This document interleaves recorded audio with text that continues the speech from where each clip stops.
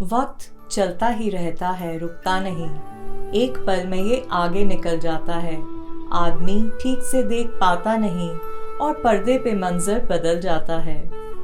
आनंद बख्शी साहब के लिखे इस गीत की पंक्तियाँ हमें एहसास दिलाती हैं कि जिंदगी के सफ़र में कई मुकाम गुजर जाते हैं, दोबारा नहीं लौटते, इतिहास के पन्नों में ही सिमट के रह जाते हैं। न्यूयॉर्क न्यू जर्सी में शूट हो रहा हमारा यह शो गुजर जाते हैं जो मुकाम, सिनेमा की उन्हीं यादों के पुराने पन्नों को पलटने की एक कोशिश करेगा।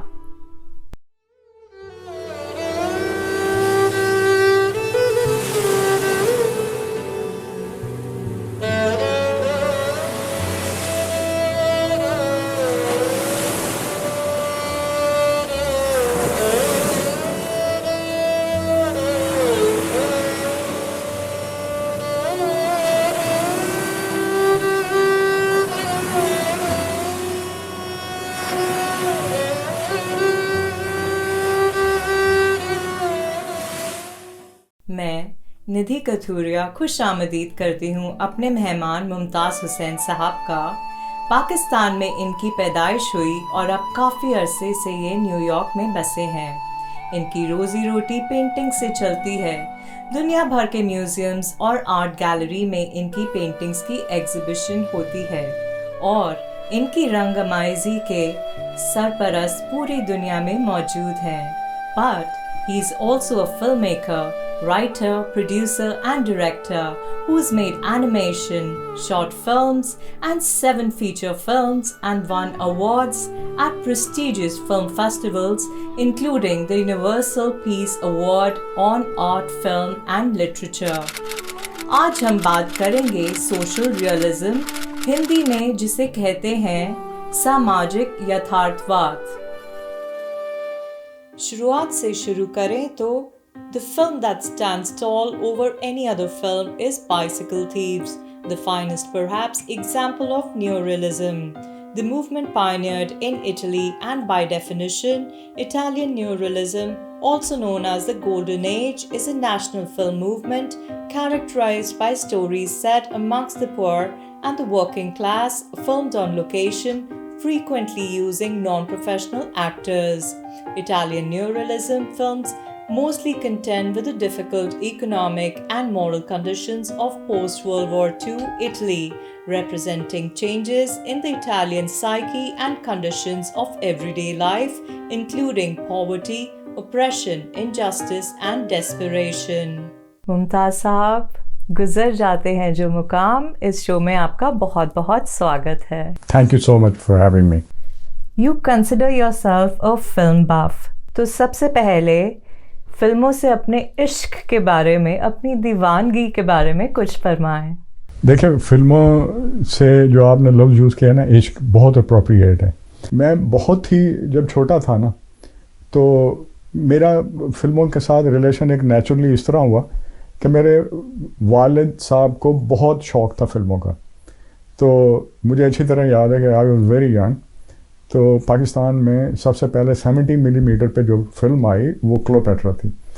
तो we live in a very small town, it's called Jhang. तो we took the flight, we went to the Karachi, क्योंकि कराची में वो film with the rest of the world, पहले फिल्में ओपन वो मार्केट होती थी, ओपन इम्पोर्ट होती थी। तो my dad took the flight, we went to the Karachi and we saw on 70 mm पे क्लोपेट्रा।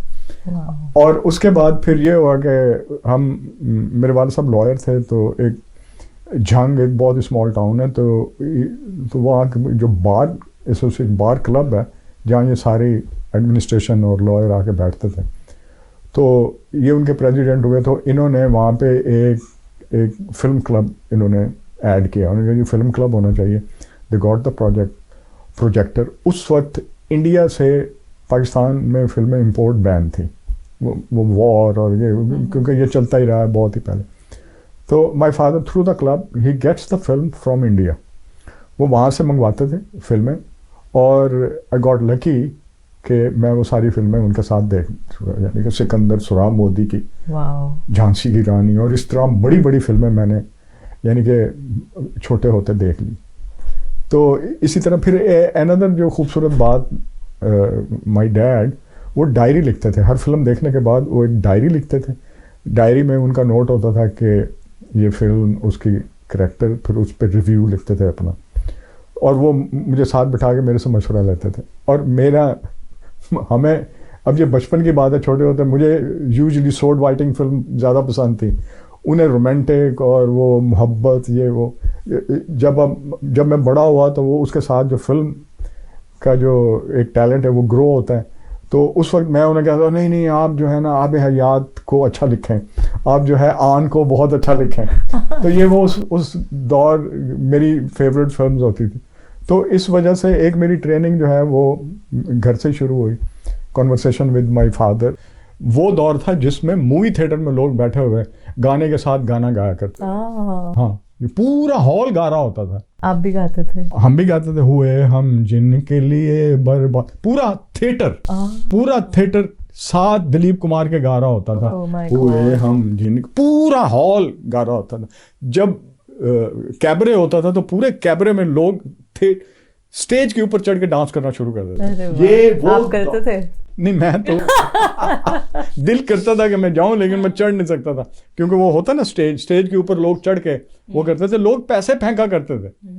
यानी कि सिनेमा का इम्पैक्ट साउथ एशिया में, इंडिया पाकिस्तान में इतना लोगों की जिंदगी पे असरअंदाज। आप आइए हमारे साउथ इंडिया में, वहाँ पे भी रजनीकांत की फिल्मों में पैसे फेंके जाते हैं। हाँ, दूध चढ़ाया जाता है, नारियल फोड़ा जाता है। इसी तरह तो ये दीवानगी मतलब शुरू से ही चलती आ रही है। हाँ, मेरे कोई ज्यादा फर्क नहीं है। नहीं, वही हम लोग हैं, वही उसी तरह के बातें हैं, वही कल्चर है, वही हमारी जो है ना वो सब कुछ वही चीज़ है जिसके हमें।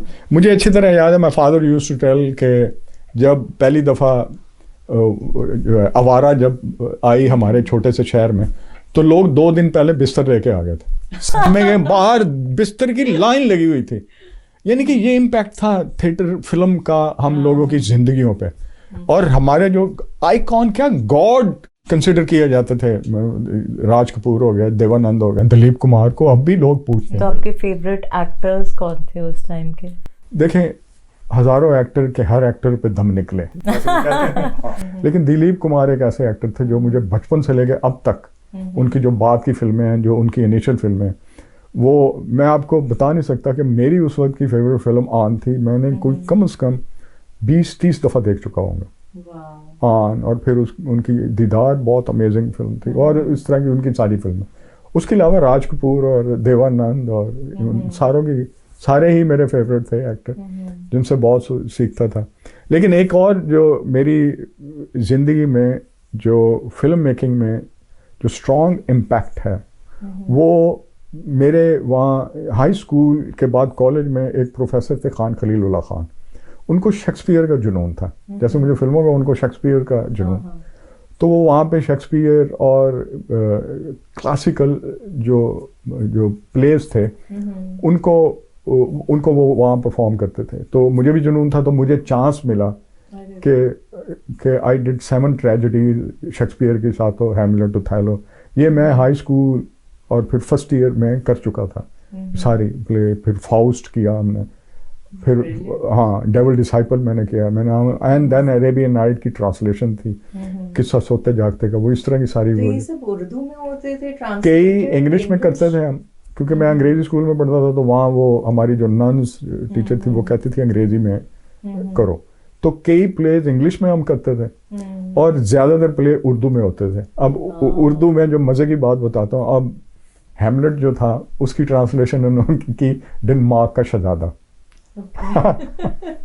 ओथेलो वेनस का हबशी। तो इसी तरह वो करके। तो ये कॉमेडी ट्रेजेडी से कॉमेडी तो नहीं बन जाते? नहीं, सीरियस फिल्म, हर्फ बहर्फ वैसा ही, जैसे आगा हशर किया करते थे वैसे ही है। शेक्सपियर में जैसे लड़कियां नहीं होती थी, प्ले करती थी, तो आपके टाइम पे नहीं, लड़कियां इजाजत नहीं थी, तो उसमें भी लड़कियों का रोल लड़के करते थे। हाँ बिल्कुल। आपने कभी किया?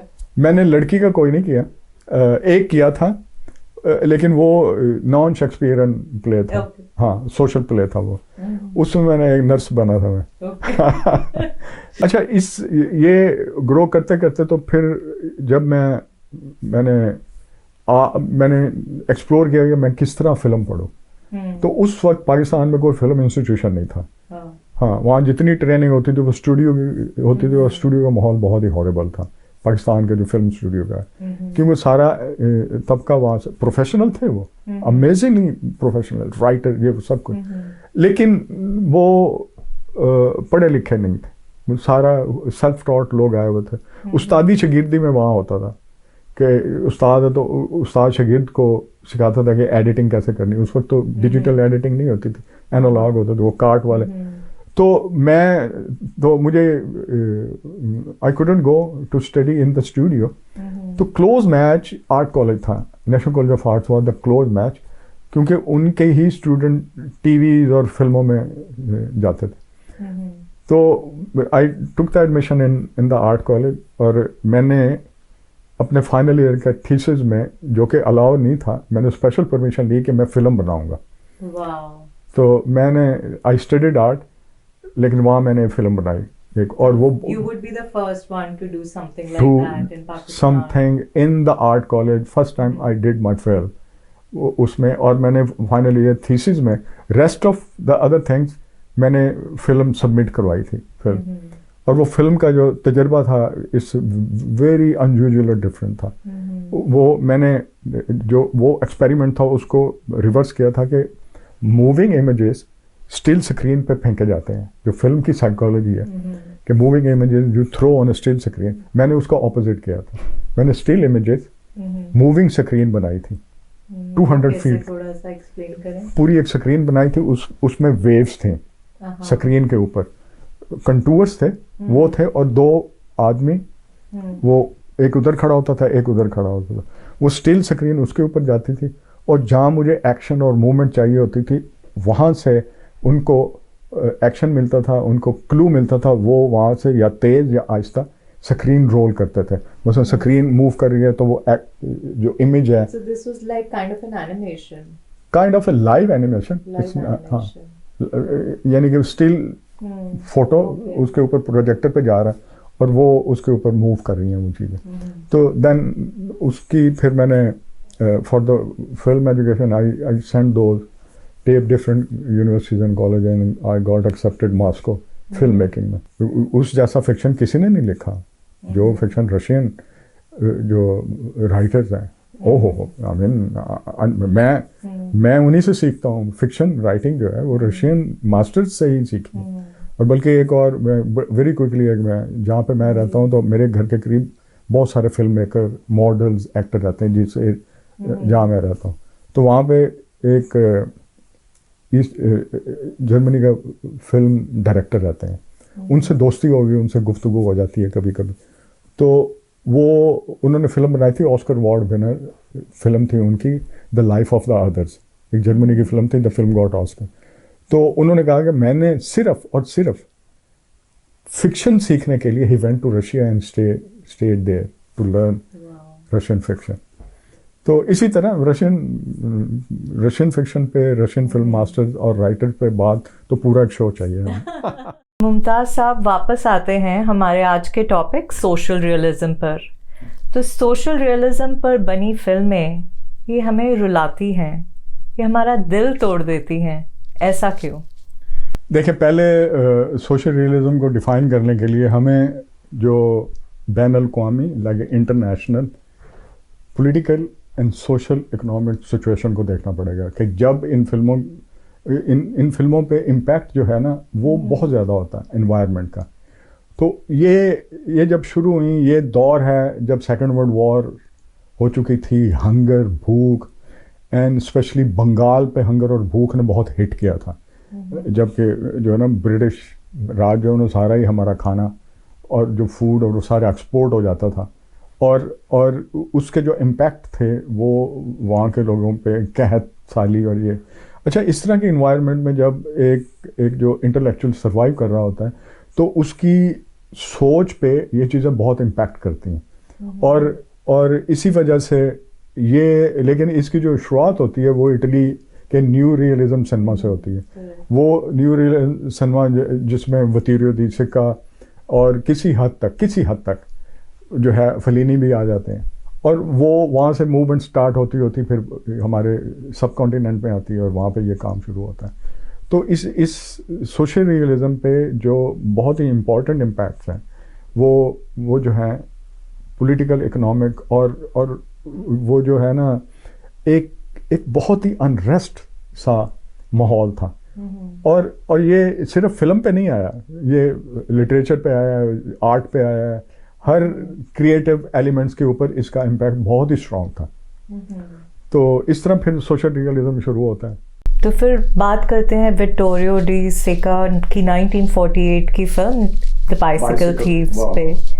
अब भी मैं एवरी अदर 6 मंथ मैं बाइसिकल थीव देखता हूँ, जिसमें से मुझे जो है ना inspiration, not only inspiration, I learned a lot from this film. उसमें जो उसकी जो सिनेमाटोग्राफी है, one of the best cinematography, जो फ्रेम उसमें है, जो एक्सप्रेशन उसमें है, जो क्लास डिफरेंसेस की जो महरूमियाँ हैं, उसके ऊपर ये जो फिल्म बनी है, मुझे नहीं लगता कि इस तरह की कोई इतनी बड़ी फिल्म कभी बनी होगी और या बन सकेगी।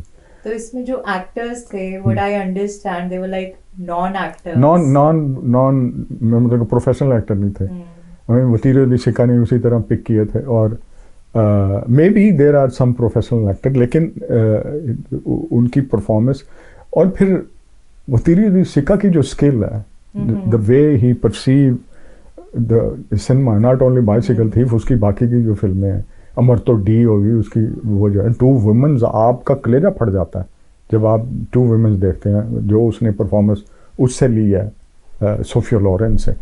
और उसके अलावा उसका तो एक बहुत ही स्ट्रॉन्ग बैकग्राउंड है। लेकिन हम बाइसिकल थीफ भी बात करते हैं, तो लेकिन मेरा एक रोमांस इस फिल्म के साथ जो स्टार्ट होता है वो मैं ये बताता हूँ। अच्छा, उस वक्त, अब तो सब टाइटल आते हैं ना, उस वक्त सब टाइटल नहीं होते थे। तो इटली लैंग्वेज में, इटालियन लैंग्वेज में ये फिल्म थी, और लोग देख रहे थे, वो अंग्रेजी उन्हें वैसे ही नहीं समझ आती थी, जो क्राउड सिनेमा वाला था। अच्छा, वो जाके देख लेते थे, चलो उन्हें कहानी समझ आ जाती थी, और बहुत ही दुख की कहानी, चाहे उसकी आप लैंग्वेज समझ आए ना, बट दे मेक इट कि क्या हो रहा है। तो ये फिल्म मैंने ताजमहल सिनेमा था जंग में, तो इतना रश था कि मैं, आई वॉज वेरी यंग, तो मुझे सीट नहीं मिले, तो सीटें फुल होगी, लोग जमीनों पे बैठे हुए खड़े हो। ये वो दौर है कि जब ये नहीं था कि इतनी सीटें हैं तो उतने लोग बैठेंगे, उसमें जितने आ गए हैं सारे भर दो। तो वो स्क्रीन के करीब बैठ के, तो वो जो स्टेप्स होते हैं ना, सीढ़ियाँ जिससे लोग अंदर उतरने वाले, गेट के, वो उन स्टेप्स पे बैठ के मैंने सर ऊपर करके बाइसिकल थी देखी। एक लंबी लाइन लगी हुई है, जॉब की लाइन में खड़ा है वो। फाइनली वो जब जॉब के काउंटर पे पहुंचता तो वो कहते साइकिल है तुम्हारे पास? तो वो झूठ बोलता, हाँ जी है। ओके, साइकिल है तो कल जॉब पे आ जाना। अब ये एक गरीब आदमी की जो स्ट्रगल है, जिसको नौकरी नहीं मिल रही, वो उसकी बीवी, घर के बिस्तर, चादरें, तकिए, सब कुछ, बाल्टियाँ, वो कहती है इसके बगैर हम सो जाएंगे। अरे यार, इसके बगैर हमारा गुजारा हो जाए। वो सब बेच बाज के वो एक साइकिल खरीद लाते हैं, और जॉब होती है कि फिल्म के पोस्टर गलियों में चिपकाने होते हैं उसमें। अब वो रीटा हेवर्ड की फिल्म थी, मुझे पोस्टर भी अब तक याद है।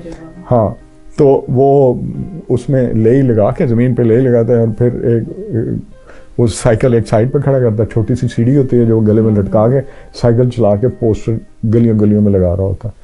वो जाके दीवार पे वो लगाता है, सीढ़ी लगाता है, पोस्टर चिपका रहा होता है, पीछे से आदमी साइकिल लेके भाग जाता है। उसके पीछे भागते हैं, फिर उसकी पूरी स्ट्रगल है कि मैं किस तरह साइकिल वापस लूँ। फिर जो माफिया है, बिल्कुल इटालियन जो है ना, बहुत ज़्यादा पंजाबियों की तरह है, जैसे पंजाब पाकिस्तान का पंजाब है, इंडिया का पंजाब, दोनों हमारे पंजाब एक जैसा ही है। तो वो वहाँ का जो क्लासिकल बदमाश है, गुंडा जो है, वो गली का रखवाला भी होता है, गली की माँ बहन की इज्जत की हिफाजत भी करता है। इसी तरह जो है ना इटालियन, वो भी इसी तरह है, अपने एरिया की वो पूरी वो हिफाजत करेंगे, कोई लड़की को छेड़ेगा नहीं इस एरिया में, कोई उसके वो होंगे, लेकिन उनका जो धंधा होता है वो इलीगल धंधा होता है। उसी तरह वो जाते हैं एक दादा के पास, उसके कहते हैं यार साइकिल गुम हो गई, वो भेजता फलां बंदे के पास, चलो वहाँ फलां बंदे के पास जाते तो वहाँ सारे डिसमेंटल साइकिल के पुर्जे एक एक करके ये चोर बाजार टाइप में साइकिल खोल देते हैं, उसका कोई वो टंगा हुआ है, वो के अंदर ये इसमें से बनवा लो अपनी साइकिल। तो साइकिल तो अब बेचारा वो थक जाते हैं चल चल के। अब वो बेटे को कहता तू दफा हो जा, तू घर क्यों नहीं जाता, तू क्यों मेरे साथ चिपका। अब वो ओह, मैं कहता हूँ जब कैमरा क्लोजअप देता है उस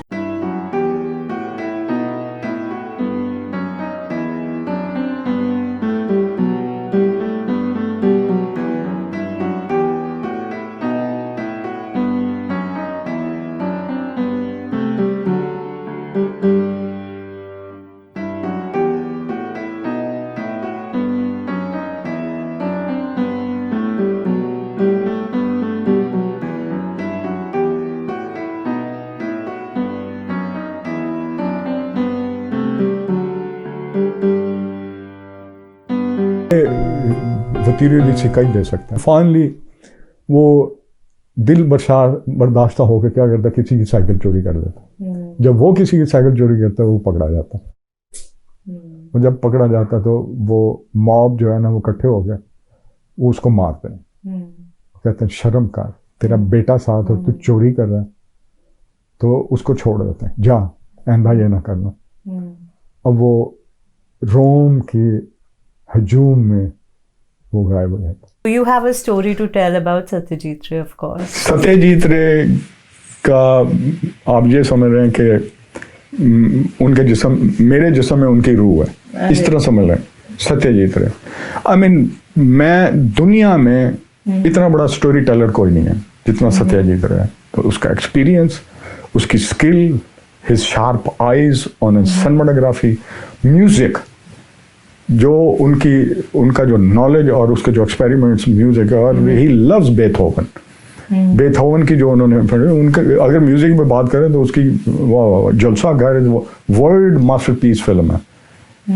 अच्छा, लेकिन क्योंकि हम उनकी टॉक अबाउट पत्थर पंचली, ये जो पत्थर पंचली है ये उनकी अपनी किताब थी और उनकी इलिस्ट्रेशन उन्होंने as an storyboard use की थी इस फिल्म के लिए, कि जिसको वो मैच करके बनाते थे। वर्ल्ड मास्टर फिल्म यार, आई वाज सो एक्साइटेड। आपने कब देखी थी ये फिल्म? ये मैं the first day I landed to this country, first time in New York. मैं एक दिन हुआ, मुझे कोई कुछ पता नहीं था कि मैंने कहाँ रहना है, रास्ते क्या हैं, सबवे कैसे लेना है, कुछ ये करना है, कुछ करना है। मैं पाकिस्तान से हमेशा ड्रीम किया करता था कि मैं पत्थर पंचली कैसे देख पाऊंगा। मैं आया, पहला ही दिन मेरा था, मुझे अच्छी तरह याद है, नंबर 7 ट्रेन लेके मैं जो मूविंग इमेजेस, ये जो इसका मोमा का एक सेक्शन है जहाँ पे इनकी फिल्में होती हैं, तो वहाँ जाके मैंने रिक्वेस्ट की तो उन्होंने मुझे बड़ा हेल्प किया। उन्होंने मुझे, उस वक्त वीडियो नहीं था, वीडियो था लेकिन ये फिल्म वीडियो पे नहीं आई थी, तो उन्होंने मुझे प्रोजेक्टर दिया, 16 मिलीमीटर का प्रोजेक्टर, जो पूरी फिल्म और एक केबन दे दिया, और I watch this film 4 time, वहीं बैठे बैठे 1 टाइम। मेरा दिल ही नहीं भर रहा, आई वाज स्टन्ड। आपका लगेज कहाँ था उस वक्त? नहीं, जहाँ मैं ठहरा हुआ था वो सब कुछ वहाँ छोड़ के अगले नेक्स्ट के साथ आए थे, अकेले अकेला सिंगल, आई वाज, हाँ बिल्कुल अकेला। कुछ लोग रहते थे उनके साथ, मैं भी बिस्तर डाल के, जिस तरह दुबई में नहीं सारे मजदूर रहते, मैं भी उसी तरह पहला हफ्ता 2 हफ्ते तो वैसे गुजारा है।